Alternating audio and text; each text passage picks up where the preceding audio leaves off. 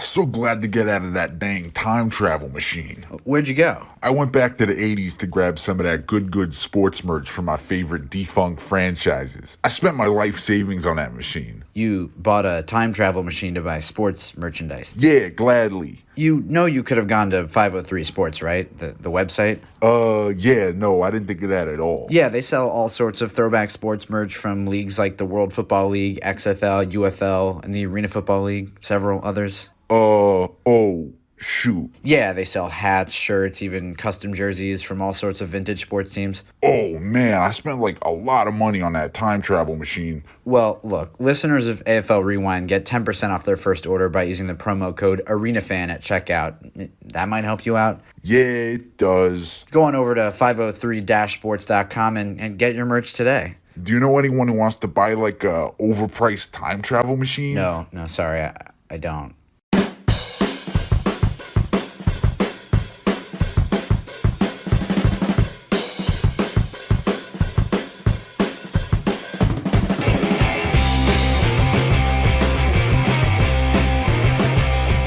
Welcome to AFL Rewind, a look back at all things arena football, sponsored by Phenom Elite. I'm your host, Tim Capper. Well, this episode, we're going to be having part 2 of the interview that we had with Steve Smith. He is a gentleman who has quite a bit of history when it comes to being a equipment manager and all the ins and outs of what it takes in order to run a team on a day-to-day basis.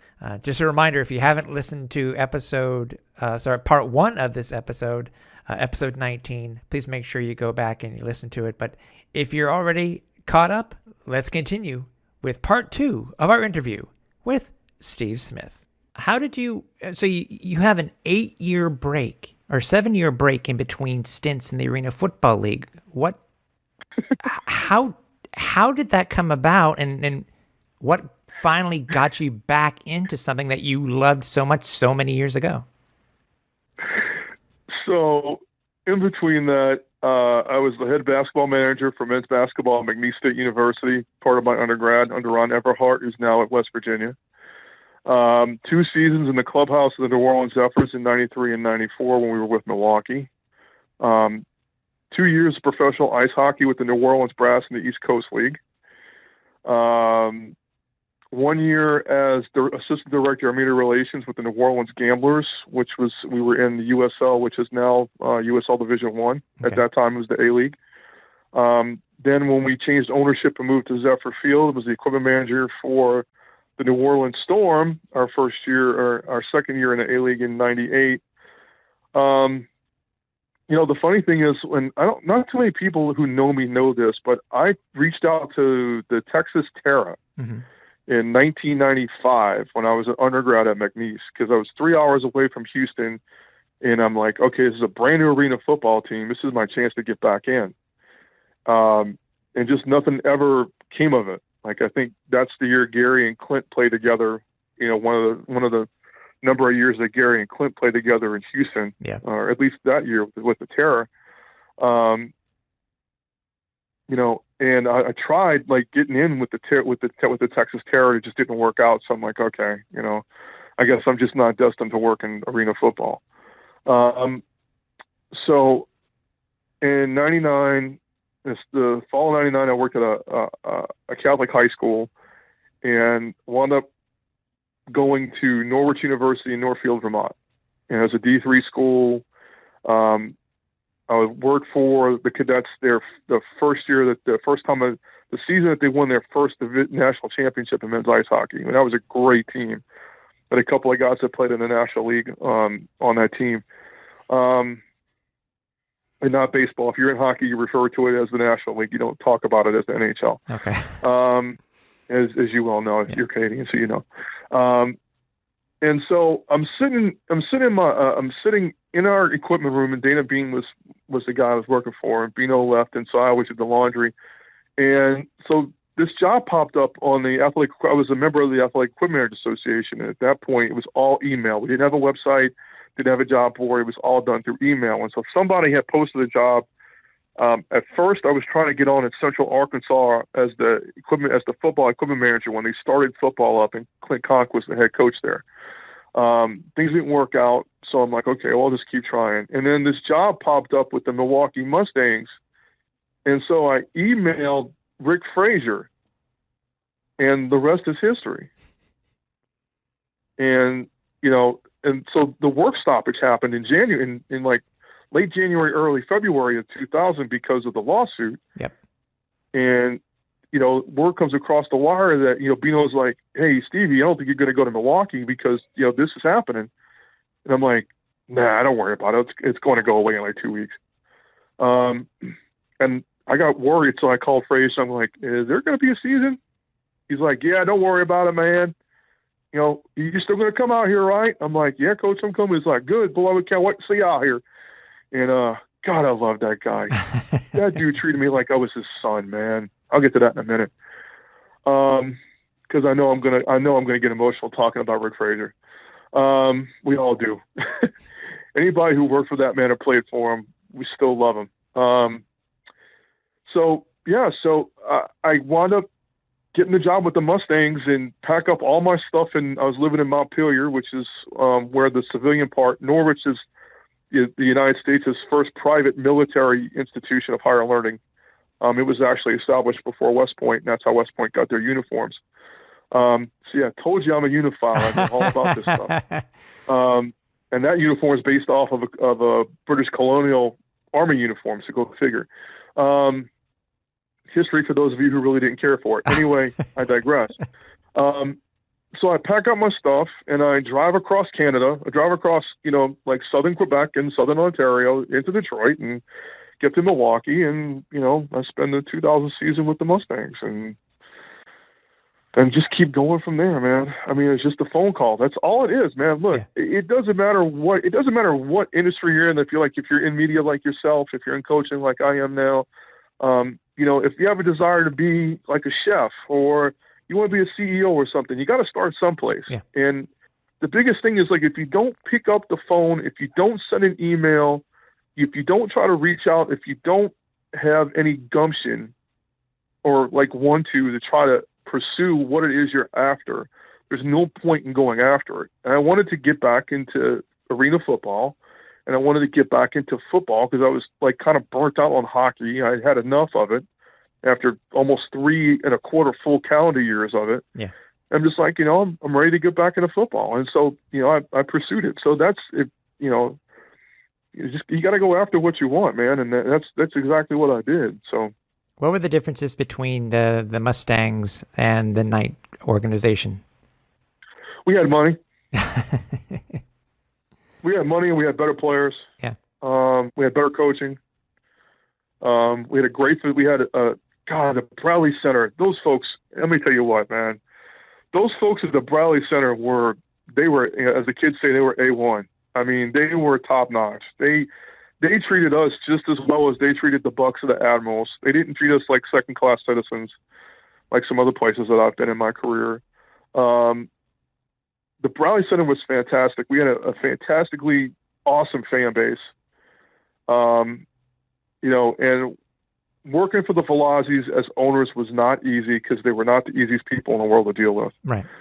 The thing that made it easy, though, Tim, was working with Rick Frazier, Will Reed, Bob Lancey, Tom Porras, and Terry Stringham, and as our coaches. Yeah. And you talk about just like Will was my roommate, and Will had a long history in the Arena Football League. I mean, he was with the City Hawks for a little while. He was with I think he's with a couple other teams too before finally coming to Milwaukee and coaching for Rick for a long time. He was our assistant head coach. He was also kind of like our operations guy on top of everything else, and we did everything first class. With the Mustangs, from travel to the hotels we stayed in on the road. I mean, we really did it. Like, that was my first like exposure. Like, if I was never going to, and I knew at some point early on in my career I was never going to go to the NFL, and this was the closest I was going to get to it, because like the way we did things in Milwaukee, like that was just the way, and even the way we did things in Tampa Bay too in 2001 with Tim. and I'll get to that in a few minutes. I mean, just working with those guys, and I'd be remiss if I left out Mike Rebar, who was our athletic trainer, and a great dude as well, and working with them. And, we had a great setup in Milwaukee, man. I mean, we practiced, like, our training camp was done in the Milwaukee arena, like right across the street. It was actually in the auditorium because we couldn't go in the Mecca because UWM was still playing their home basketball games in there at the time. Okay.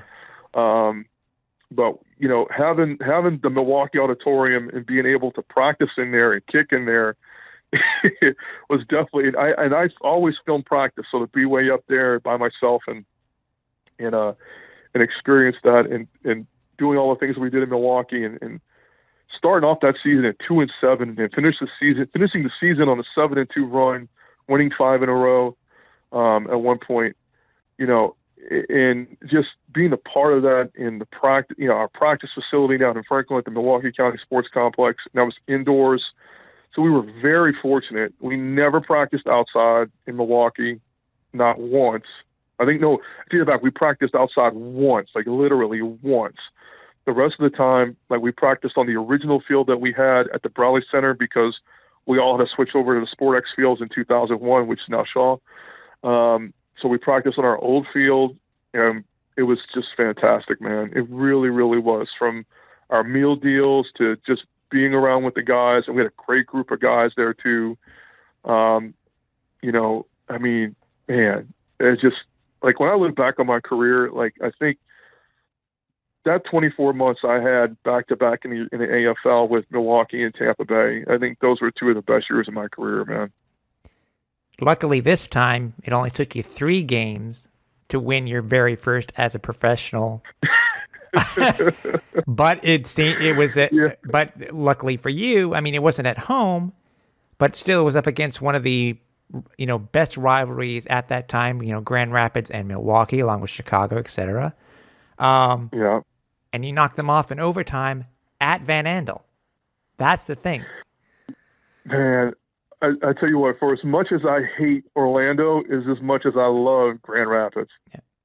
Like Jeff Henderson, Hendo was the equipment guy there. And if you ever get a chance to get a hold of Hendo and get him on here, man, you think I got some stories. Hendo had been around he'd been around arena football 1 year earlier than me because he was on the equipment staff in Charlotte in 91. Mm-hmm. Okay.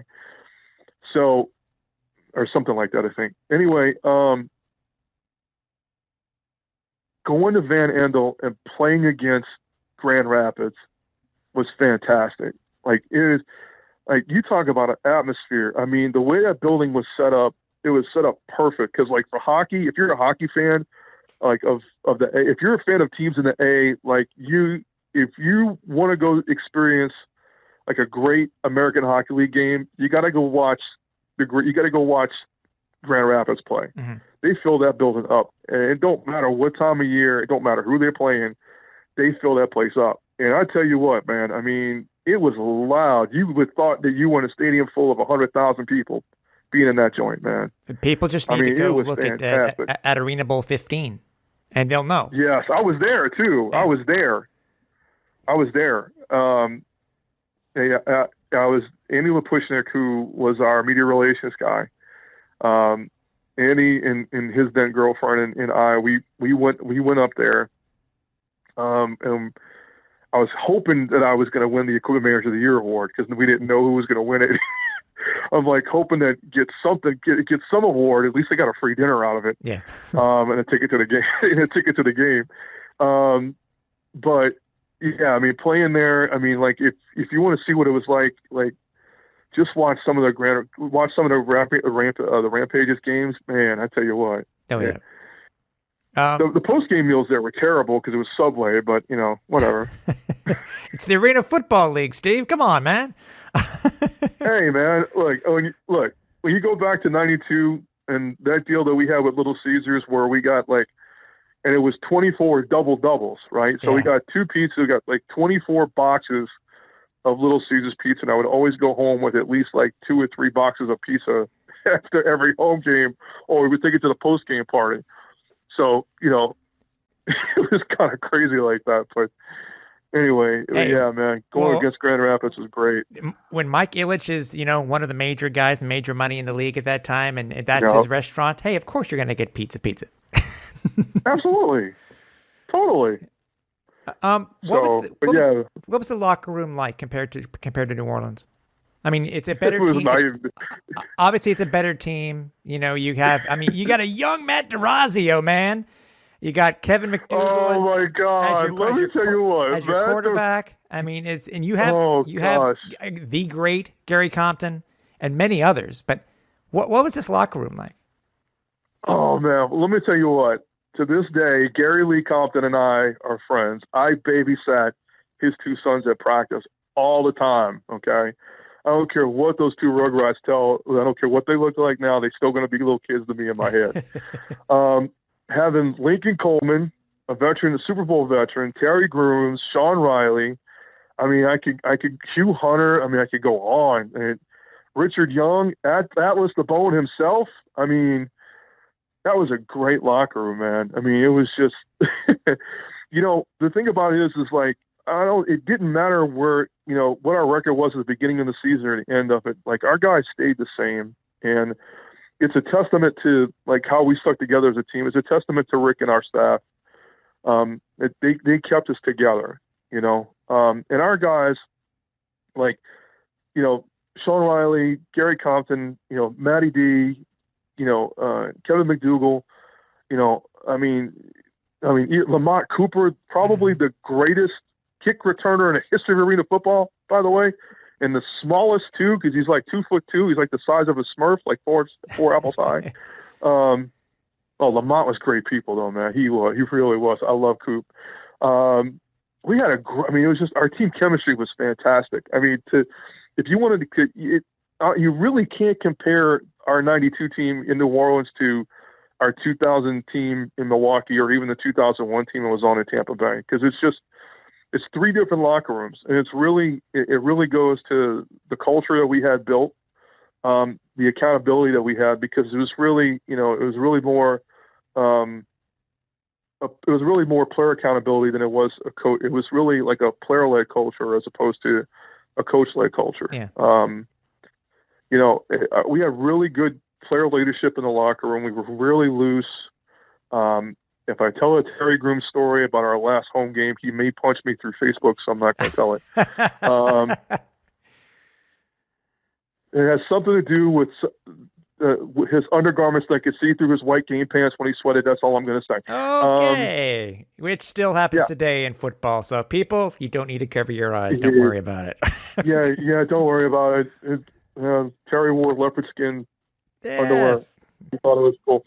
Anyway, that was Terry. He's a great guy. Jeff Savage was on that team too. I mean, we had, and I know I'm forgetting a whole bunch of guys. Oh, you had the great Steve Middleton. You had Tech, Craig Moore. Yeah. Tech was awesome too, by the way. Craig Moore, Doug Lytle. Yeah, Alvin Ashley. Dougie. Alvin Ashley. Oh, Alvin was awesome. He was great. He's good people. And the crazy thing is, like, a lot of these guys, I'm still like, I'm not like super friends with them, but I mean, we still keep in contact on Facebook.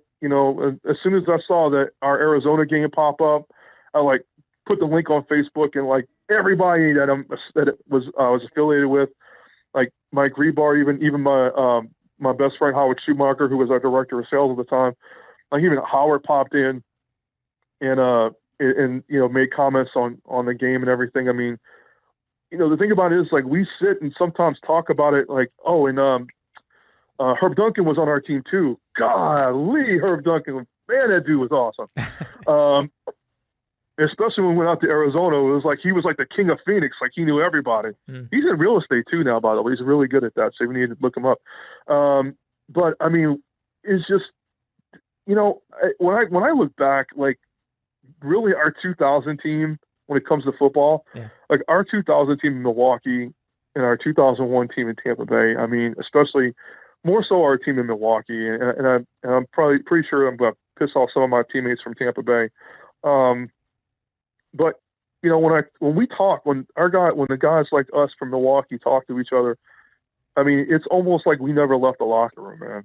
You know, and the respect that they gave, the way that they treated me, you know, the way that they treated me, and the way that they respected me, you know, it was one of those things where it's just like it's never gone away.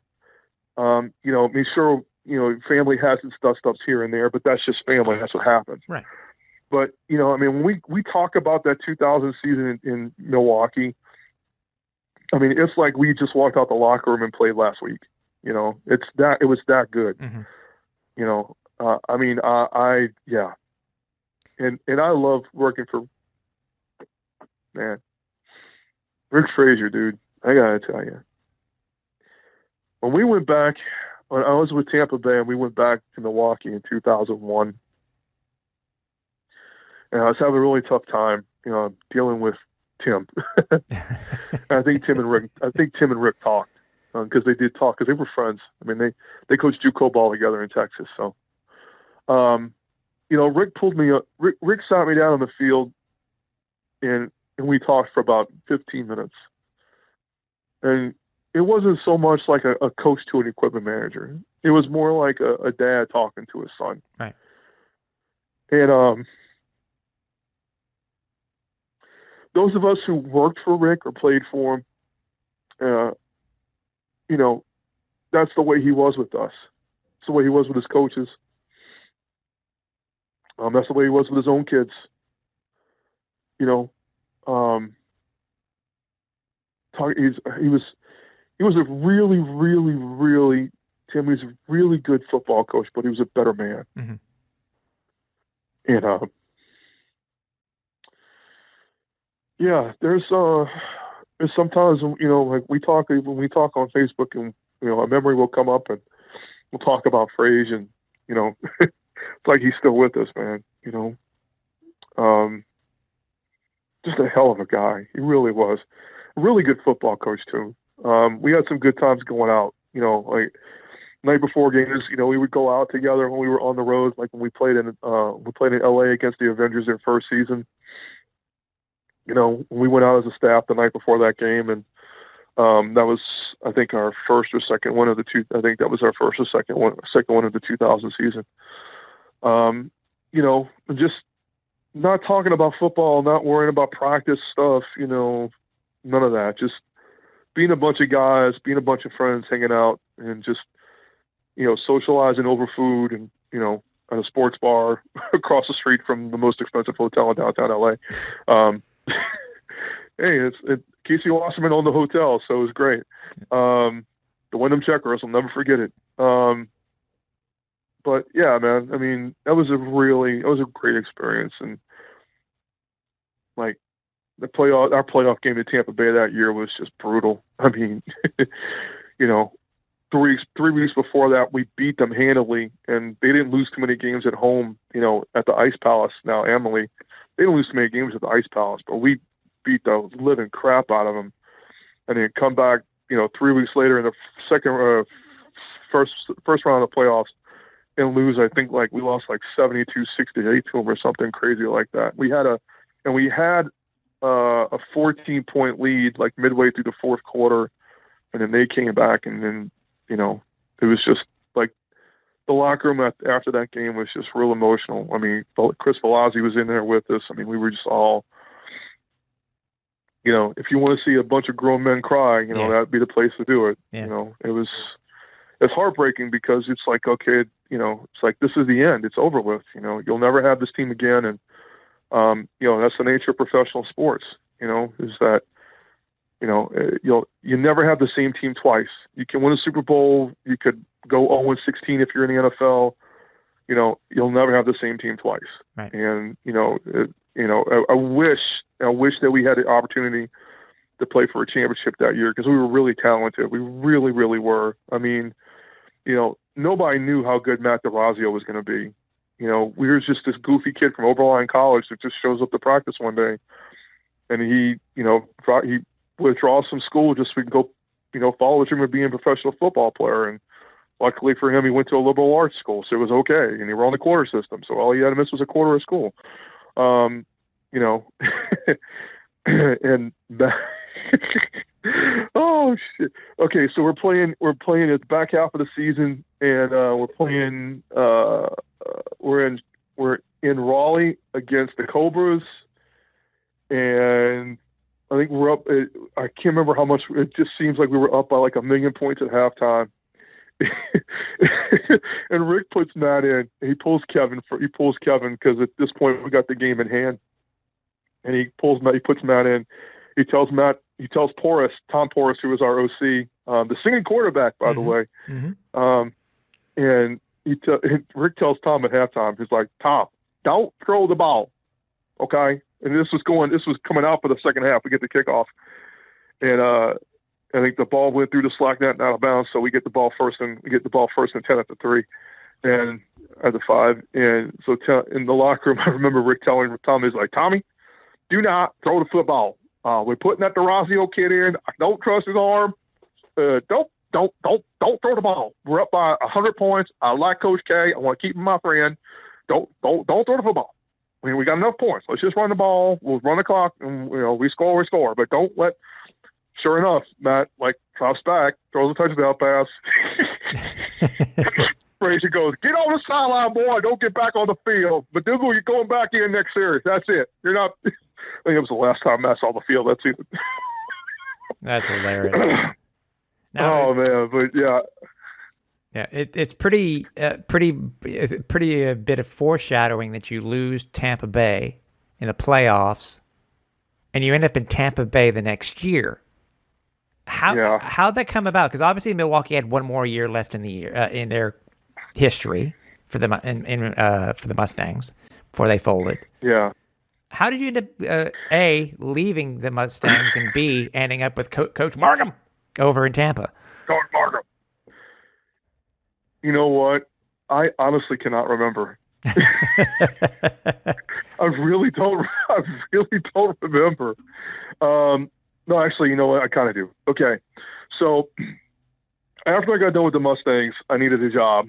I didn't want to go back to New Orleans, and I wanted to keep the train rolling. So I kept applying for jobs, and I wound up at the University of Virginia. And so I go, and I literally, the day after I left Milwaukee, the day after I got completed everything that I needed to do and checked out of my apartment, I packed up my car and started heading south, like I was going home to New Orleans. And I got to just outside St. Louis and accepted my job at UVA, and then turned east, drove through the Ville out to Charlottesville and worked at UVA. So in the course of the 2000 football season, which, by the way, Matt Schaub was our backup quarterback. He just retired, and he still is a tall, skinny kid with no hair. But anyway, I digress. So during the course of the 2000 season, I'm like, you know what? I want to go back to arena football. So I kept in touch with Hendo, and he's like, yeah, Tampa Bay is looking for an equipment guy. I'm like, Tampa Bay? Like, seriously? Like, yeah. Like, here, I'll give you Markham's number. You call him. So I picked up the phone and I called Tim. I was like, I was kind of nervous because I knew Tim, back from, if you're a fan of arena football, mm-hmm. you have like the utmost. It's almost like Lombardi respect for Markham. Yeah. Because he's basically like the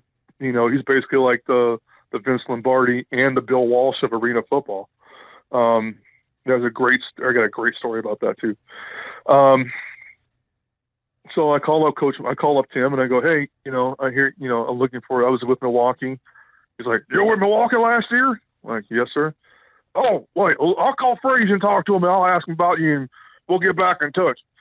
So, naturally Tim calls Rick, and Rick, just rants and raves about how good I was in Milwaukee. And Tim hires me over the phone. And so I accept my job, give my notice at UVA, I finish the season. And then a week after the Commonwealth Cup, I pack up and go home to New Orleans for about 2 months just to hang out and chill.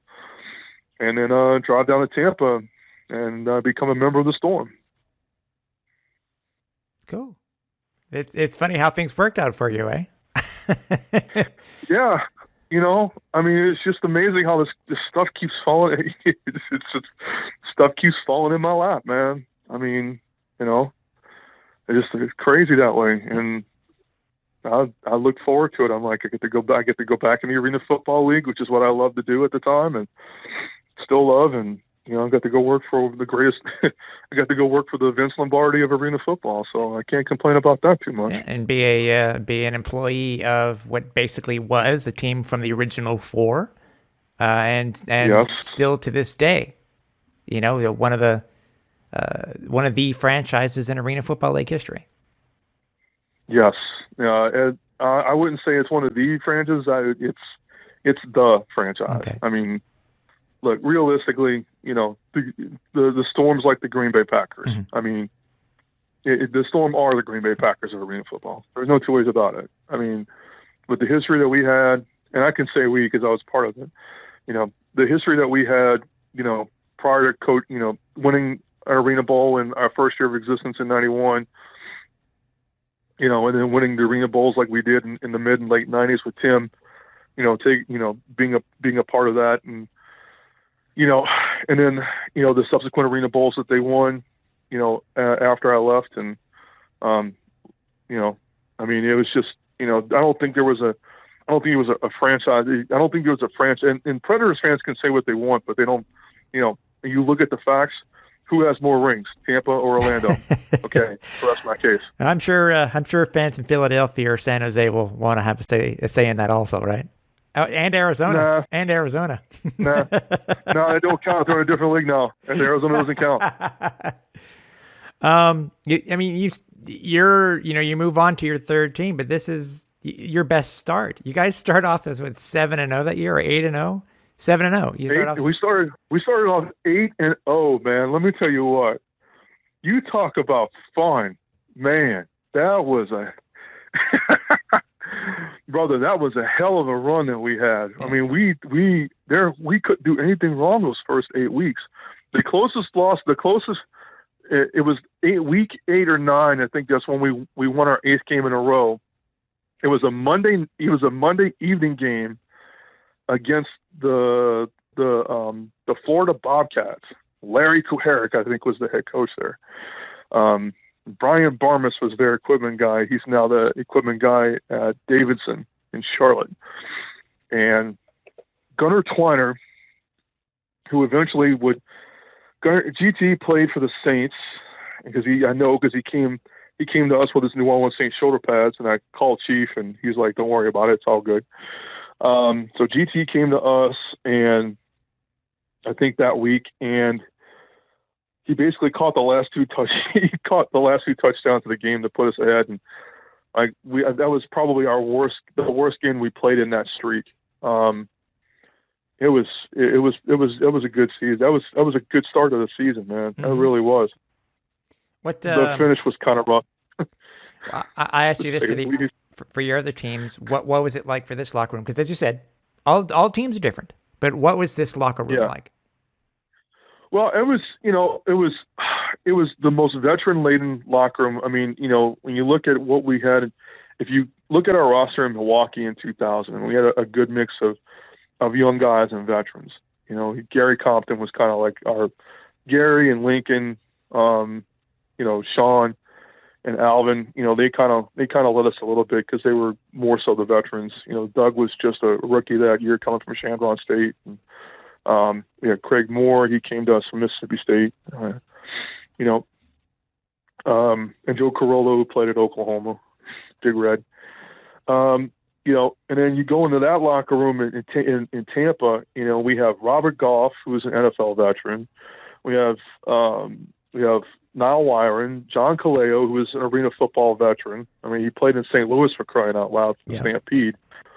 So Kaleo had been around for a while. And we had a lot of veterans in that room. I mean, if you look at the veteran talent, I mean, jeez and Pete, we had 8 or 9 guys that played in the league at one point. I mean, Robert, Pig Goff was, one of them, and I know Pig because he played for the Saints and played at the University of Pittsburgh. We were so talent laden, we were so good in that 8-game streak. We were so good. Mike Black, who was our kicker, and I learned a lot about, as crazy as this sounds, breaking in footballs, working with Mike every week, and I learned a lot about kicking with him. And as a matter of fact, last night Mike's been in the booth with Chris Fowler and them on ESPN for about 20 years now. And Mike was doing that when he was kicking for us in Tampa Bay. Probably, in my opinion, I mean, how lucky can I get? I got Steve Viditek in 2000, and I got Mike Black in 2001, two of the greatest kickers, and then Howard, who's like my best friend, and Gary, they know Kenny Stuckey, Kenny Stucker, and Stucker is a really good kicker himself. So, I got real fortunate. But yeah, I mean, to see, Kaleo and then Shane's emergence, with our team in Tampa Bay and in 2001, I mean, it was just two completely different locker rooms. Like the vibes were different because, like in Milwaukee, we were kind of young and, a little bit loose, and that's because that's how Frage was. And, right. In Tampa Bay, I mean, it was, it was, you were playing for Tim. Yeah. So with as many veterans as we had, again, I have to equate it to playing for like Lombardi or Walsh or Shula. I mean, it's like, okay, you respect the guy, and, when he says jump, you just go, okay. And you just start jumping until he tells you to stop jumping higher, Is that the type of aura that Coach Markham had? Because as I said, I unfortunately never got to meet him. I mean, if you ask guys that played for him if you ever come across guys that played for him in Detroit or Denver, and anybody that was on his Tampa Bay teams like Gary was or Shane, I mean, there was an aura about Tim. It wasn't one of these things where it was his ego was, a lot of time, I'm sure some people will say that Tim had a huge ego. Yeah, he had a huge ego, but the man deserved it. I mean, he won national championships at the junior college level in the late 70s. He coached in the USFL. He coached in the World League. He won championships in both of those. He won championships there, and he won a bunch of Arena Bowl titles. Yeah. So, the guys won more football games than probably a collection of NFL head coaches combined at this point. Mm-hmm. And Tim's the answer to a trivia question. Like, there's at one point Tim was the only active head coach in professional football that was in 2 halls of fame while still being a head coach of the team. Yeah. So there's that. He was in the Arena Football Hall of Fame before he retired and passed away, and he's in the Junior College Hall of Fame. So, You have to tell me about, because you mentioned earlier in our interview, talking about the infamous all-white uniforms for the Tampa Bay Storm. Oh man, I love that. How the hell did those come about? Because I think I've seen it a couple of times, if I remember correctly. Mm. That was Tim. But again, people think we're different these days. But I mentioned it before, monochrome. Back in the early 90s, no, it's not, in the late, you don't think of monochrome uniforms in pro sports. But right. These days, it's in every sport, seems to be. But how did you come up with, because again, it's something you're in charge of. How did you come up with the idea? You say, you know what, let's go all white this week. I didn't. That was Tim. Oh, was it? Yeah. Tim, I had... with as much freedom as I had with uniform, like in Milwaukee, I really didn't have much of a choice. Right. I mean, it was purple over white at home, white on white on the road. That was it. Yeah. Right. With New Orleans, I had my 3 choices. But I had the choices. And I got to Tampa. Nope. Had to run everything through Tim. Because remember, he's the GM, the director of football operations, owner, and head coach. Yeah. And offensive coordinator, and quarterback coach, and wide receivers coach, fullbacks coach. All around great guy. Aficionado of vodka everywhere. But yeah, no, I mean, Tim liked the all white, but Tim also liked the damn gold pants. Hated those damn gold pants. We put those things on and we lost so bad, and Tim's like, Steve, don't ever put them damn pants out again. I'm like, you got it, coach, because I hate them things. I really hated those pants. Jesus, those pants were terrible. Like, why would you think the gold pants would look good with that uniform? Like, why? It just didn't. It just didn't. It was so bad. No, I didn't. The gold sweater vest too. Tim was a big sweater vest guy. He was. But yep. again, all those were Tim's decisions. Like what the helmet looked like, what uniforms we wear. He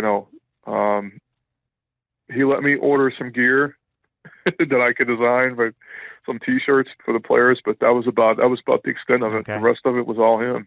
But is this in one of the situations where it didn't matter to you? Because as I said, you'd had so many different roles and being able what you could do. Just being in Tampa Bay under Tim, it really didn't matter. You were there. You're in arena football again, and you're still in arena football, and it was just a matter of you were there just to do it. Yeah. I mean, it was a lot of long days. I mean, the thing about it is like with the storm, we practiced outside in the heat. Luckily, we practiced in the morning, and we practiced on our old field on the Elephant Lot. That's in between the Marriott and Emily Arena, next to the car park, the elevated car park. Oh, there, yeah. Which I had to go film on top of. I mean, I think you live in Tampa, right? So you know exactly what I'm talking about. So, yeah, I mean, I used to take the elevator and take the camera up there. I could see the rain coming before anybody else. And, that practice field, our old field before we switched to the SportX field was out there on top of the dirt. And it wasn't the greatest place in the world to practice because guys would get cut up if they got tackled off the turf. Oh. Yeah, it wasn't the best. It wasn't the best place to practice, but the storm. The thing about it is like our locker room during the season, unless there was a concert there, was permanent. And we hardly ever had to move out of our locker room, which was great. And the storm kept that locker room until they folded. Right before the demise of the league, or before the last demise, the next to last demise of the league. That's the privilege that the Storm has. I mean, ask anybody to coach there, Ron James, anybody, and I'll tell you. I mean, it's the Packers, man. Mm-hmm. I mean, it's like playing at Emily was like playing at Lambeau. It was just like that. It was. Especially like in the 2000s, and especially in the early 2000s when we were really rocking, putting 19,000 people in that building and having it be full. I mean, we had a couple of near sellouts in Milwaukee, but we had sellouts in Tampa Bay, man. And talk about a home field advantage, especially during that 8-0 roll where I think like 4 or 5 of those games were at home, and getting on that roll. And I mean, when the storm's rolling, you just ride the storm out, which is one of my favorite songs of all time, by the way. REO Speedwagon. And the funny thing is, they never recorded that in the studio. That was actually recorded on a tour stop in Denver. But anyway, two things that I know are just all stuff that's in the memory warehouse. Like just comes out when I'm having these conversations. But I'd be remiss if I didn't ask you. You got to tell us a Markham story. You really do. Oh gosh. And I would imagine most of the stories about Markham he'd be proud about anyways because he took a part of them. But I mean, yeah. Well, I mean, there was the one time he called me the dog. I said something. Look, the thing is like he and Eddie Val and Mitch Matuska would always kind of powwow in the coach's office, right? Mm-hmm. And like the way we were set up at Emily. We had our own offices in the building too, and that includes me. All the coaches shared an office. Then my office was right next to the coaches, and I was across from the storage room, which was also the equipment room. And then Andy's office was right next to mine. So and then there was a little receptionist area where Roy Rigdon, who was our receptionist, she would sit, and she was also one of our salespeople and our ops person. Which is why we had really good hotels when we went on the road because she did an awesome job. I guess I had said something just dumb or stupid. I had some dumb comment about something that they were talking about, and Tim pipes up and he goes, "Steve, you are the dumbest smart guy I've ever met."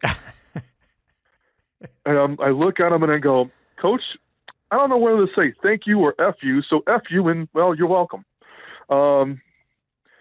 So, but there's one story that I like telling, but I don't think I can tell, even though the dead tell no tales. Mm-hmm.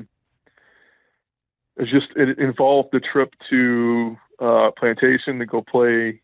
It involved the trip to Plantation to go play the Bobcats. And if you talk to any of the players that were on that bus ride, I'm sure they'll tell you some stories. But Okay. yeah, that's something I can't talk about. No worries, man. The thing about it is, like, I think the toughest memory I have, the hardest one, was playing Houston. Yeah. Because we were listed as the visiting team, and I'm sure if you talk to Goody, he'll probably remember this story, and I'm sure if you talk to Troy or Gov, they'll remember this story too. So we were supposed to play the Thunder Bears in Amalie, but we were listed as a visiting team, so we had to wear our road unis. And Tim absolutely just outright refused to comply with the league, with the league on it. So, so confusion about what color jersey to wear. Troy, they bring their blues. I got the whites out and ready. Tim walks in the locker room and starts fussing at me about putting out the whites. I'm like, but this is what the league told me to do. I don't want us to get fined. He's like, I don't really give a flip. You do what you work for me, not for them. This is my building. I'm not playing a road game in my own building. Okay. So you got to get on the phone with Goody and take care of all that stuff. And that's probably about the toughest memory I have. Tough is it was hard. Mm-hmm. That was probably my hardest home game. There were a few other stories about some things that happened, like after we played at Nashville the next morning. But I won't get into that. Sure. But no worries. yeah, but I mean, the thing about it is like the things that I remember more about working for Tim was the fact that I got to learn a lot about the game and its history from him, about not so much the history about what teams play where, but about how the origin of the game came to be. Mm-hmm. And that to me is probably the big, besides starting out that season 8-0 and playing for the division title against Nashville at Bridgestone, and that was Shane's first start as a professional football player because of something that happened to Kaleo off the field prior weekend. Kaleo was injured, I think, that game. I think it was an injury. But anyway, besides playing, the opportunity to play for a division title that season, get a first round bye and start out the season 8-0. The one thing I'll take away from that season, more so than anything else, besides the stories about any given Sunday, because we had like 7 guys that were on the team and that were in that movie, yeah, is the fact that, I got to learn the history, like the nuts and bolts of like the origins of the offensive arena football. So, and I tell that story to coaches and all the time, and they're like, really? I'm like, yeah, because it's that simple. So the way Tim explained it to me was that he and Daryl Mouse Davis, yep, me and Daryl sat down. Basically, at one point, if you look back to like the test games and stuff that Gene Nudo was coaching in Chicago against Miami, the showcase game. and if you took out showcase game, if you talk about it from a football standpoint, and they were playing with a 4-man line, and they were basically playing like with outdoor 8-man rules on an arena field. So you kind of like saw, if you're listening to this and you know anything about football, like it was kind of like they were almost like running like inside veer and stuff like that. Basically taking like the essential 8-man game that's played throughout the country now and playing it on an arena field. At some point somewhere, Foster said that this can't be like this and we got to do something about it. And so I guess Tim and Mouse sat down someplace in Texas during the off season and came up with the concept of the offense. And basically, the offense for arena football is based off the run and shoot. And it was 8 plays, it was 8 formations that Mouse and Tim came up with. And I literally had this conversation with Tim one day. I said, Coach, let me ask you, like, how did this come about? Like, how did this game get started? How did this come to this? And that's exactly what he told me.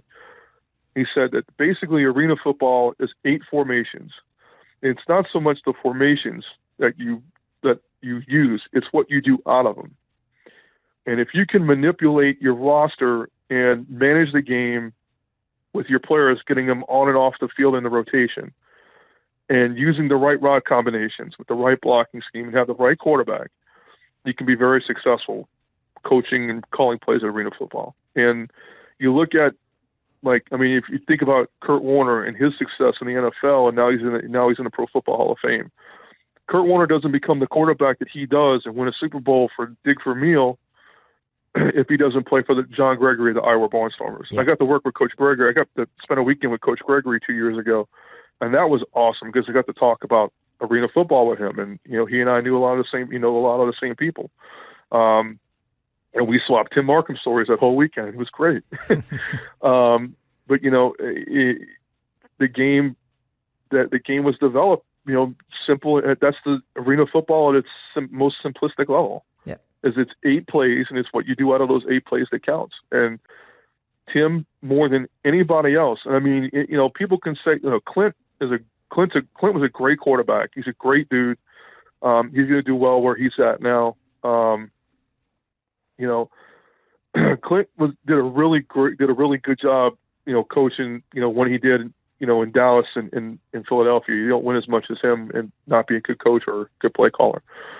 But, the thing about it is like, it's guys like Clint and Shane and a few other offensive coordinators who have had, lots of success in this game, because of what they can do out of those 8 formations. And it doesn't happen without Tim Markham. And it's the same thing, like, the 4 pass doesn't get invented, like things in the NFL don't happen without Paul Brown or Vince Lombardi, Mm-hmm. And that's kind of like what Tim was to the game. He was kind of like Paul Brown, Vince Lombardi, Bill Walsh, and Bill Parcells all wrapped up into one dude who, liked his boats, and he loved his kids, and he loved football, and he loved his social life, And,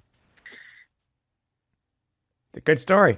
One I hadn't heard that conversation before. That's actually to hear that, and just it's basically, what's arena football? Well, 8 plays. Oh, okay, thank you. That's the funny thing is now that I'm coaching, and looking in, because I have a few arena football playbooks. Like I have a Memphis Pharaohs playbook from whenever,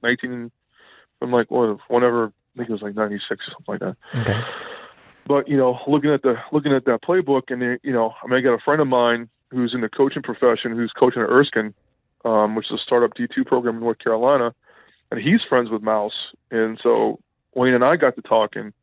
I look at some of Wayne's stuff, and I look at some of Mouse's stuff, and I look at the arena football stuff, and think about what we did in Tampa. And it's just like, shit. Markham was right.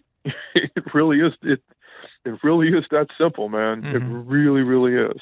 So, but yeah, man. Yeah, that year in Tampa was really, really good. The playoffs ended in an excessively crappy way, but why did you? I'll never forget that game. We got blown out by like 9 gajillion points. I think Raymond Filial still scoring touchdowns on us. I had to at least ask you've done well for the past 2 years in arena football. You have you're an equipment manager. You're doing what you love to do. What happened in 2002? Why the break between leaving the AFL, so to speak, and then ending up in the Deuce? Well, I had gone to Macon. Oh, that's right. Yeah. So after the 2001 season, I had. Well, I mean, here's the truth of the matter. So after the 2001 season, I had kept in contact with him. I left in September when my contract ended, and I had asked him throughout the course of the season, the last month or so, if I was going to come back. He never could give me a straight. He never would give me an answer. He just kind of kept me on the leash. And so I just started pursuing other opportunities. And somehow I found out about the job in Macon. And at that point, they were, I can't remember the lady and her husband that operated the team in Macon, but they owned a facility called Sportstown. It's now a church off of I-75. And sounds like the pyramid in Memphis, right? In Memphis, it's now a sporting goods store. Bass Pro Shop. Yeah. Yeah, it's a Bass Pro Shop. I've been in it. It's freaking awesome. It's really crazy because I'm like, well, wait a minute, this is nuts because the last time I was in this building was for a basketball game, and now I'm shopping in it. Okay, great. It really was freaking awkward, dude. I'm telling you. But the thing is, Tim, is that like I didn't like Markham. I don't know, for some reason, like he would never give me a straight answer. He wouldn't give me an answer, period. And I kept asking him, like in August and September, I'm like, dude, am I coming back? And he would never give me an answer. And so I pursued this opportunity, and in Sportstown, I got to do a little bit more than operations. It was Kevin Porter's, I think it was either his first or second season as head coach of the Knights. Okay. And Chris Siegfried was getting ready to leave to go take over. I think he was going to Augusta with the Stallions in their first season. Or I guess there may have been their only season in 2002. So I got to work with Siggy for like a month before he left. And working for KP was great, but just things didn't work out. And it was not so much what the team did; it was stuff that I did. Okay. Leave it at that. Hey, but you were able to become a Knight again in 2002. Yeah. Yeah. I mean, it may have been in the AF. It may have been in the AF2, but still. It may have been AF2, yeah. But I tell you what, one of the craziest things that ever happened to me in my career happened when I was with Macon in 2002. So, to touch on the business side of the game for a little bit, for just a second. Yeah. So, the IFL existed before its current. This is the fourth incarnation now of the IFL. Okay. Orlando Predators Entertainment, also known as OPE, owned the Preds and another team, and it operated a bunch of AF2 teams. Well, AF2 wanted to grow exponentially, by the way.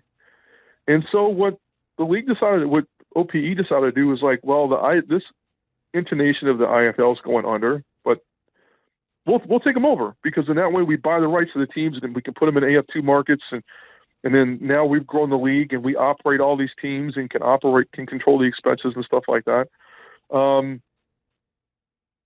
What people really don't realize is that that incarnation of the IFL owned all the equipment. And when I mean all the equipment, I mean all of it. Wow. Fields, dasher pads, helmets, shoulder pads, uniforms, everything. So we had just opened up Sportstown in Macon, and we were going to practice there. The Knights were going to practice there. We had we had two full-size outdoor fields side by side that I painted by hand with no lines and no stencils, and it was really straight. No, it wasn't. It was super crooked.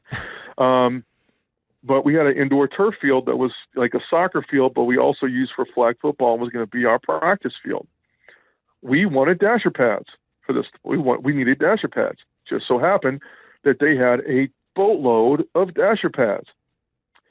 So I go rent a Ryder truck. I go rent a U-Haul truck, and I leave from Macon at 4:00 in the morning, and I drive nonstop to Orlando to a warehouse in Orange County that contained all the IFL equipment, and bought enough dasher pads to fit. I sat and we figured out like how many pads that we need, because I knew the sizes of the pads, and did the math, even though I'm very bad at it. And I figured out how many dasher pads we had to use, put that amount in the back of my truck, and then turned around. I went and ate lunch someplace, and then turned around and drove right back to Macon, back to my apartment. The next morning, I'm at Sportstown unloading the pads. We're putting the pads in the practice field that day. So come to find out that the team that I was running here in South Carolina a year and a half ago, we go to Macon to play the team that's in our league, that was in the league there at the Macon Coliseum. Yeah. And some of the dasher pads were the ones that I bought from That's hilarious. Orlando in 2002. Yeah. I looked and I'm like, wait a minute. I recognize these. They're like, what do you mean you recognize them? I'm like, dude, I bought those. Like I drove to Orlando and picked them bad boys up. And by the way, I was by myself in the truck. So you imagine Wow. very little sleep, and I busted my butt, like sweating my behind off in this warehouse in Orlando, loading the truck up. And the only thing I got keeping me going is like the wind on my face and like coffee and really bad music coming out of the radio if I could find a station on the radio on the truck. But yeah, man, see, it's the things that we do for the people that we work for. Yeah, I mean, come on, man, you know? Yeah. So how why did you end up leaving the Knights? I mean, you've done so much for the team already, and it just didn't work out, I'm guessing. Let's just say it didn't work out. Okay, we'll leave it at that. Now, it's funny you were talking about how basically the league, the AFL or whatever, bought the IFLs, all the equipment and stuff, and then you, for a short period of time in 2003, you would go work for Doug McGregor, who owns not only the Wranglers but a ton of other teams in the AF2. But it was just a short stint. It just wasn't a right fit for you. Yeah, that was actually after Green Bay. Yeah. Oh, that's right. So, okay, I wasn't sure if that was beginning or end. The McGregor, because there was some financial dude. I think it may have been him. I don't remember. So after Green Bay, a guy that I was really good friends with in college was living in Round Rock at the time, and so I went down there. And it so happens that the guy that I worked for the Zephyrs in the early '90s was the clubby for the Round Rock Express when they were a AA team, because they were owned by Ryan. They were owned by Ryan Sports at that point, still are, I think, or no, they were. So I went and go work for Richie, and then this guy Richie Reynolds, and then I'm sitting around and like trying to find a job, trying to figure out what I'm going to do, and then all of a sudden, the Austin Wranglers gets announced. I'm like, well, here we go. So, I threw my hat in the ring and, talked to Glenn Milburn and a few other folks and, wound up getting a nice little desk in their offices there and around Bee Cave, and went to work, and just things didn't work out. I didn't even make the season. So, that's on me though. I'm, the one thing I'm really good about is like remembering in detail all of my failures, and I can tell you exactly where I went wrong with every single step of that. And I was in this industry. That's one of my big regrets, because that was the first year that they were going into the 04 season, and that was the first year of the NBC contract. And we had our equipment manager meetings that year in Chicago at the league offices, and Spalding was coming off of they were coming back on as the official ball manufacturer of the league, and they showed us the ball and at the equipment managers meetings, and it was one of those things where I was wowed by it. It was really a cool idea, and they told us that they were going to switch the slack net and the rebound nets to black, because that way fans can see them and they don't show up on TV. And they changed the color of the ball from there's a really cool story about the reason why the Wilson Ironman ball was that two-tone. So that here, I'll tell you that sidebar. So yeah, please. So 1 year, so Wilson was making the Ironman ball, and they ran out of the dark brown panel because the NFL had a large run on their balls that year, because they used the same leather pattern that they used for the NFL balls. And they had these lighter panels, and this was before Wilson started making the GSP. And I think it had to do with the fact that they had a whole bunch of leather sitting around from when they used to make the USFL ball, because it was a lighter color. and with Foster working in the USFL, and it looked really cool when the ball spun. And so they did it, I think, just out of necessity one year, and people liked it, so they just kept it, and that's why the color was that two-tone. Well, when they did camera tests for NBC, because they did them in Chicago, and what people don't know, so NBC got the television deal with the AFL, and so they rented out the Allstate Center and put the field down and did the camera tests and stuff. And what they found out was that the cameras that and this is right when the network started switching to high def. And so what they found out was that the ball really didn't show up that well because it was actually kind of distracting, and you couldn't see the ball against the crowd sometimes because the dark ball, even though it looked really cool when it spun, and the receivers even had a hard time when the ball went up in the lights. And so Wilson, the contract with Wilson was ending, and so they turned to a couple different ball manufacturers, and Bowden being one of them, I think, at one point, and that went away. And Bowden, for what they do, and for the other leagues, they do a pretty good job, and their ball's really good. It's super cheap, and you can get a whole bunch of them for $200, for $2,000. But so Spalding, said, hey, we want to do the ball again because we were the original ball of the league, and we want to come back on board. And Wilson had really no care for it because at that point, they're the official ball, the NFL, the CFL, and college football pretty much in high school. So they were like, okay, well, it's one less thing we got to worry about now, so we'll just let that go away. And Spalding wasn't too far removed from being purchased by Wilson, by Russell Athletics. So, you had Bike, Spalding, and Russell all under one umbrella, which is why the uniform deal is with Russell. So they started doing color tests because remember Spalding made the ball for the XFL, right? And people really liked the XFL ball, and the people in the league office liked the XFL ball, with the exception of the leather that was used for it. They used some type of composite leather for the XFL ball, and they're like, no, we want a leather grain football. And so so Spalding, they picked out a bunch of different samples. They used a bunch of different colorways, and they came up with the fact that when they did a color test with the cameras, the oatmeal ball actually showed up better on TV against the black nets than any other color. They're like, okay, well, we'll go with the oatmeal, but now what color do we do the stripe? So I think at one point they had a red stripe, or they had a red stripe sample and they had a blue stripe, and they liked the blue stripe on TV because you could really see it spin.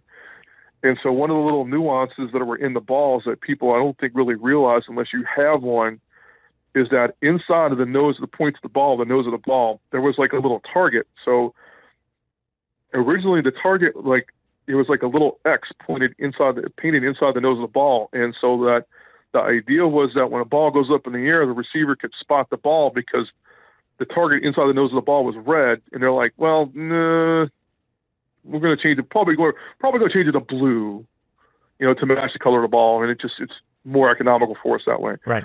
It worked. It worked. A ball with blue laces. It was the first time anybody had used any other color besides white, or Wilson was doing the GST at that time, so they started using black laces on their GSTs. But it was an oatmeal ball with blue laces and a blue stripe, and the blue target inside with the AFL logo, and it worked. It was really cool. I mean, I wish I got my hands on one of those balls before I left, but I mean, sitting in the league meetings that year with the other equipment guys, and going through it and hearing what NBC was going to do for the league, and it was amazing because I think really when you look at the history of the league, that was kind of like the heyday of it more so than anything. I mean, that was and that's where the popularity started, and the influx of the NFL money, and the viewership on NBC on Saturdays and Sundays, even though the numbers were some people would say they were terrible, but arena football was really good.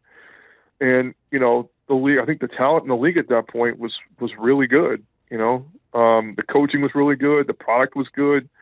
The uniforms looked good. People didn't get in trouble. It was really a good time. And, that's a big regret of mine, is that I didn't even make it out of the off season. I didn't even make it out of the birthing phase for the Austin Wranglers. So, but if I hadn't done that, I wouldn't have gone to Green Bay in '03. That's true.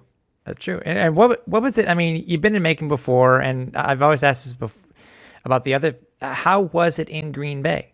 I mean, how was the ownership group? Because remember, everybody remembers AF2 is completely different than the AFL when it came to money. There had been some names of players who had graduated, so to speak, to the AFL. But what was it like in Green Bay?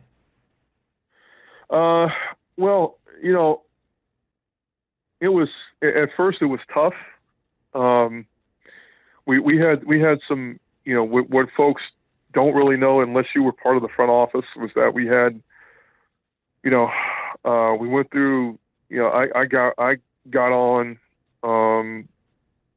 in January of '03. I was actually hired in December, but I didn't move there till January. I got hired in December of '02. I didn't move there till January '03, and that was through my buddy Howard, because he was doing all the merch. His company he was working for was doing all the merch for us at that time. Mm-hmm. We went through 3 GMs the first 3 months I was there. The first GM that we had there was accused of stealing by the owner of the operator, because remember, they weren't owners, they were operators. So they got operator of the team, accused them of stealing. So then we had another GM, and that individual didn't work out. And I really don't want to talk about that. That's fine. And then, then we had a third person. Deb was her name. She was a good person to work for. And it was tough. I mean, it really was, because we really didn't have, we had our logo was done by, which now the branding company is called Brandiose out of San Diego. They were used to be called Plan B Branding. Yeah. So Brandiose did the Blizzard, the original Blizzard logo, and they did our colorways, and the uniforms were done by OT Sports out of Charlotte. And we had really good colors. We had a great unique logo. It's just it was a tough market because and the Blizzard are still the Blizzard, I'm sure everybody who's listening to this thing knows the Blizzard still exists. They're doing really well in the league that they're in now. They're very successful.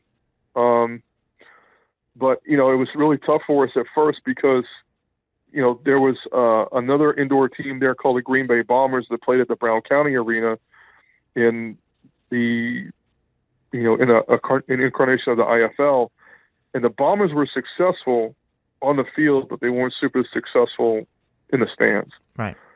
Our franchise opener, I don't think, and the thing about it is like being in a market like Green Bay, Wisconsin, at that point, you had the Green Bay Post-Gazette, you have the Fox station and the NBC station, and a handful of radio stations. But if you're not UWGB basketball or the Packers or like Napier or Green Bay East or West, and nobody really cares about you, or St. Norbert for that matter. Yeah. And really more so the Packers, UWGB, and St. Norbert than anything else. And so here was like this little, here's like this arena football team that's playing at the Resch Center, brand new building that literally got thrown up about a year and a half before we moved into it. And the Green Bay Gamblers, which is a junior A hockey team that plays in there, they draw like awesome. They've done a phenomenal job for years there. And so with us coming on and nobody really knowing who we are, and we really didn't have that big of a PR push because we didn't have a lot of money. It was kind of hard for us to get known in the community, really, as much as we tried. It was tough. It was tough. I mean, I think our franchise opener at home. Well, so our franchise opener in '03 is kind of our first 2 weeks of existence were, for me as an equipment guy, were really a pain in the butt because we started training camp a week early because our franchise opener was at the Hawaii Islanders. Okay. And so we left on a Thursday to go play in Hawaii we left on Friday to play on Sunday. And then we got to turn around, and at the end of that week, we have to go to Macon to play the Knights on a Friday night when we played on Sunday of that week in Hawaii. And it was really, like, our travel was really just it was just really fakakta. It was just crazy. So the way it worked back then was that, and I found out about this in 2001 before the whole. I used to go pirating through all of the files in Markham's office, right? Right. And so Markham never threw anything away, and because he was part of the ownership, he's an owner, so he was on the expansion committee, and he had all the intel on the Deuce, right? And so this was the year before Hawaii came on the play in '02, right? So the rule was that if you were a Western Conference team, you got you had to pay for your airfare, but you got one night accommodation, ground transportation, and pregame meal, or no, you had to cover the pregame meal. But if you had that, so you had 1 day ground transportation and 1 night hotel, and that was paid for by the Islanders. Okay. If you were an Eastern Conference team, you got 2 nights hotel stay, all ground, and you had to cover your airfare to the West Coast, and then they would cover your airfare from the West Coast to Honolulu, and then you had to fly out of a hub. So we fly from Green Bay, and the way that they did it, they put all the team with most of the head coaches, and Jose Jefferson, who now runs the College Gridiron Showcase, and Rod Miller, who's the head coach with Bismarck in the AFL. Mm-hmm. They were our 2 coaches. So they and the players flew from Green Bay to Chicago, and Chicago to San Francisco, and then San Francisco to Honolulu. Myself and our trainer and one of our coaches flew. We went to Denver, and then went to San Francisco, and then to Honolulu. So we got in like 8 hours after the team did. Right? Oh man! We practiced everything, and we get there and we hang out for the night and everything, and then we go we practice, and then we practiced on Friday because we got there Thursday night. So we practiced on Friday, then had to walk through at the Blaisdell on Saturday, and then played Sunday, and then red-eyed home. So, we start camp a week early, and I bring out like the bare minimum that I need to cover my backside. So a couple extra uniforms, a couple extra helmets, pants, whatever, all of our footballs, whatever. And that was, man, look, of all the things I dislike about all the things I love about arena football, there's one thing that any equipment manager or anybody who worked for an arena football team will tell you, is that they hated the ball rule where fans can keep the balls like baseball. It sucks. I can imagine. Because I ran out of footballs like in Tampa in 2001. I can't remember who we were playing. I think we were playing either Carolina or Nashville, and we ran out of footballs during the game. Like, I ran out of my allotment, and then I ran out of my practice balls. And then kind of like the rule is the rule that was in the rule book was in the operations manual was that if you run out of footballs, you completely out. You have to go to the visiting team, and they have to give you their practice balls, and then you have to pay them back with balls in kind, right? Right. So that's what I had to wind up doing, and so I hated that. Even now, you weren't supposed to keep the balls in the warm-ups, but nobody ever told people that, and that's what always got me in trouble. Like '92, almost got into a fight in Orlando. I almost got into a fight in Charlotte. Almost got into a fight in Orlando. Almost got into a fight in Albany because people wouldn't give the damn balls back. Anyway, I think at that point, I think that's when the league started making an announcement. Because I know what you're talking about. Yeah. So, yeah, and even so, when they made the announcements, people really didn't give a flip. in Des Moines when I was in Milwaukee in 2000. Oh God, I hated that place. God, playing in the barn was brutal. But yeah, so, and then having to fly back on a red eye on Sunday after we play, get back Monday, and then practice Tuesday and Wednesday, fly out Thursday to Atlanta, van down to Macon, play Friday night in Macon, go into halftime down 3 and wind up losing by 35, turn around and come home. And I was like, okay, this is going to be the start of like something, that's not super fun.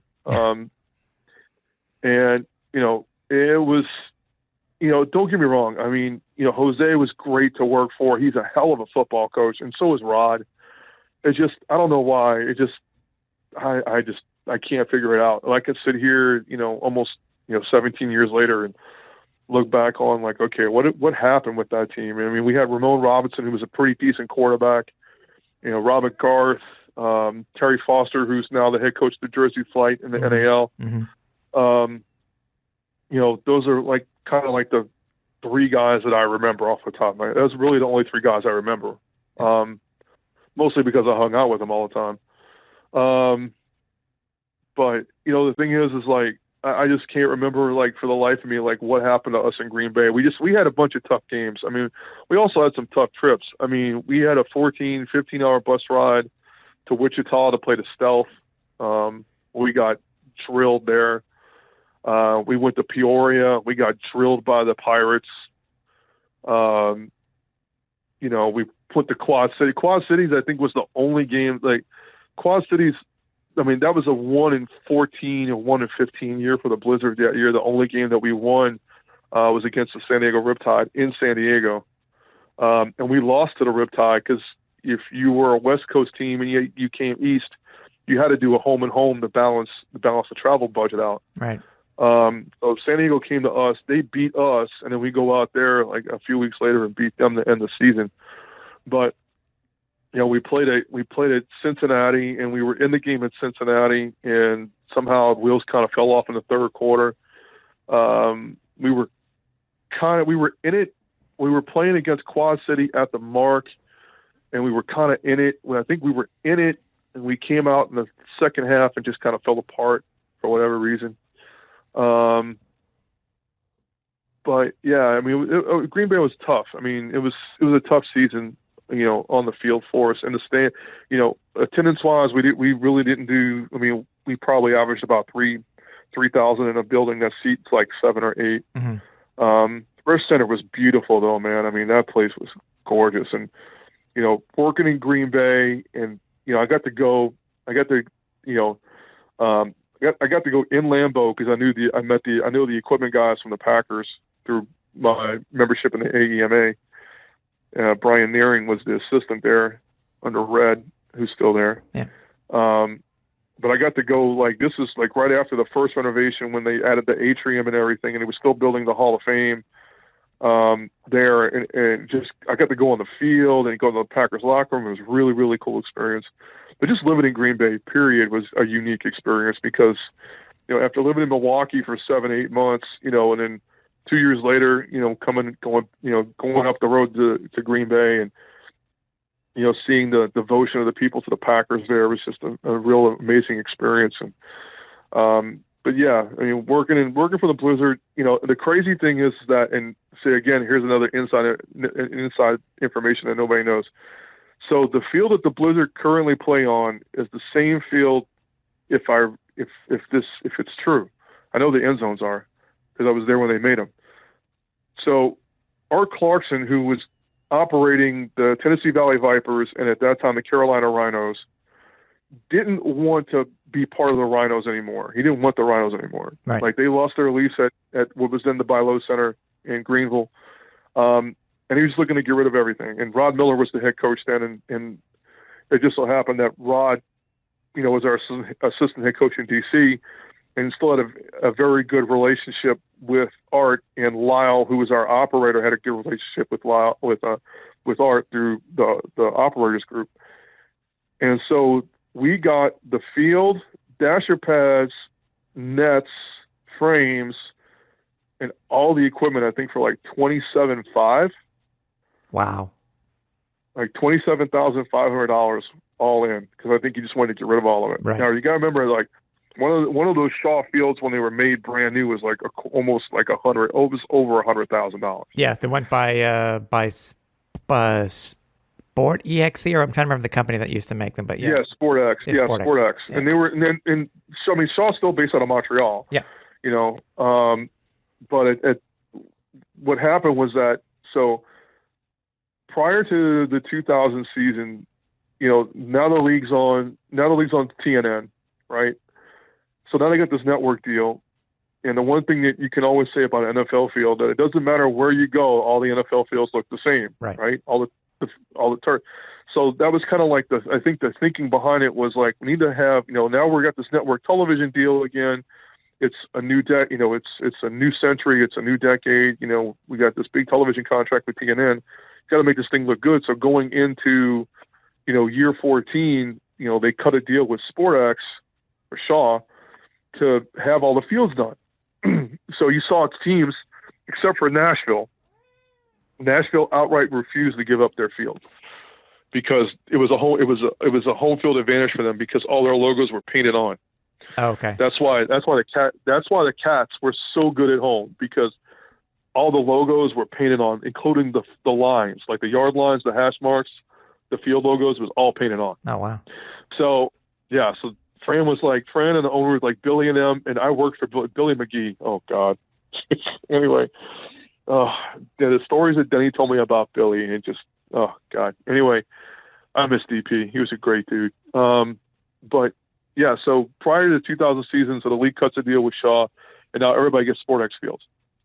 So here's this SportX field, and you know, at that point, you know, it comes to us from Greenville, and we got everything except the end zones. I don't know whatever happened to the Rhinos end zones. Somebody wound up getting them. So we had the field, but we had custom end zones made. So guys came in from Montreal, they rolled the turf out in Shopko Hall and built the Green Bay Blizzard end zones in Shopko Hall over the course of 3 days. Well, you know, if you look at like what the Blizzard have done now, and you see like the logos that are in the Blizzard's end zones, Mm-hmm. if you're an arena football fan, you'll recognize that word mark, because that's the original Green Bay Blizzard word mark. Right. They've never changed it, right? Like they took the AFL logo out the middle of the field and put the IFL logo or the Blizzard logo, whatever it is, in the middle of the field there, right?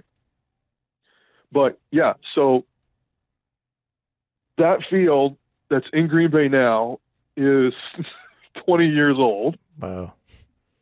And so are the end zones. The end zones are slightly younger than that, but yeah. It was, yeah. Tim, at this point, your stint in the AFL ended, even though you've gone on to a very good career in indoor football. Mm-hmm. Do you miss being in the AFL? Do you wish you had? Had you tried to get into the AFL since you left the Blizzard in 2003, or just other opportunities came to you that were, I guess, a better fit at that time? Yeah, other opportunities kept coming up. My life changed. You know, I met my ex-wife after I was working in minor league basketball outside of Detroit in 2004, and things didn't work out. So I moved back home to New Orleans, and about a couple of weeks later, I met my ex-wife and moved to Miami, and I was there with the Morays and the IFL that 1 year, and that one not even that full season, and started working in college football, and then it just kind of went from there. The way that the league was, I had a buddy of mine that was the equipment guy with Columbus, when, for a little while with the Destroyers. And there's like part of me that kind of wishes I was part of it, because it is arena football, but it was kind of, I'm like, okay, well, I'm at that point, I was in a different spot. I'm like, I'm good where I'm at now. But, if the league was ever to come back, and which, I mean, look, Tim, realistically, when you look at it from a business perspective, I mean, it was a great idea. It was started by a really, by a guy who had a really good idea to generate revenue for buildings and such. And, the thing about it is that, I think in today's landscape, I mean, even prior to COVID, I don't know if the Arena Football League would have continued to exist. If it did, it would be completely different. Mm-hmm. The Guidry lawsuit kind of really changed things for the league going back to 2000. When you look at it from a business perspective, the Guidry lawsuit really, in those first 8 guys that tried to form the players union, and I remember those meetings back in 2000 when I was in Milwaukee. Gary was our player rep that year. It was one of those things that, I just don't know if the league would have kept going. I know it had its ups and downs, but I always kept up with it. I mean, I know, Rashard Carter, who, played for Portland, Yep. was here with us with the Havoc in 2019.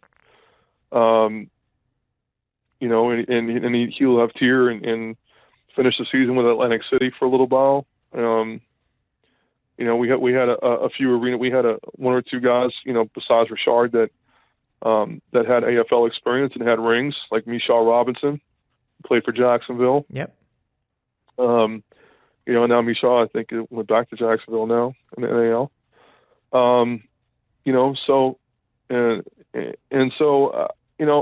mean, I talked with those guys and, talked with my colleagues, when I was the GM for the Havoc in the AAL, 2 years ago. And, even talking to Shane, after he won the Arena Bowl as the OC of the Valor, the league's it was just different.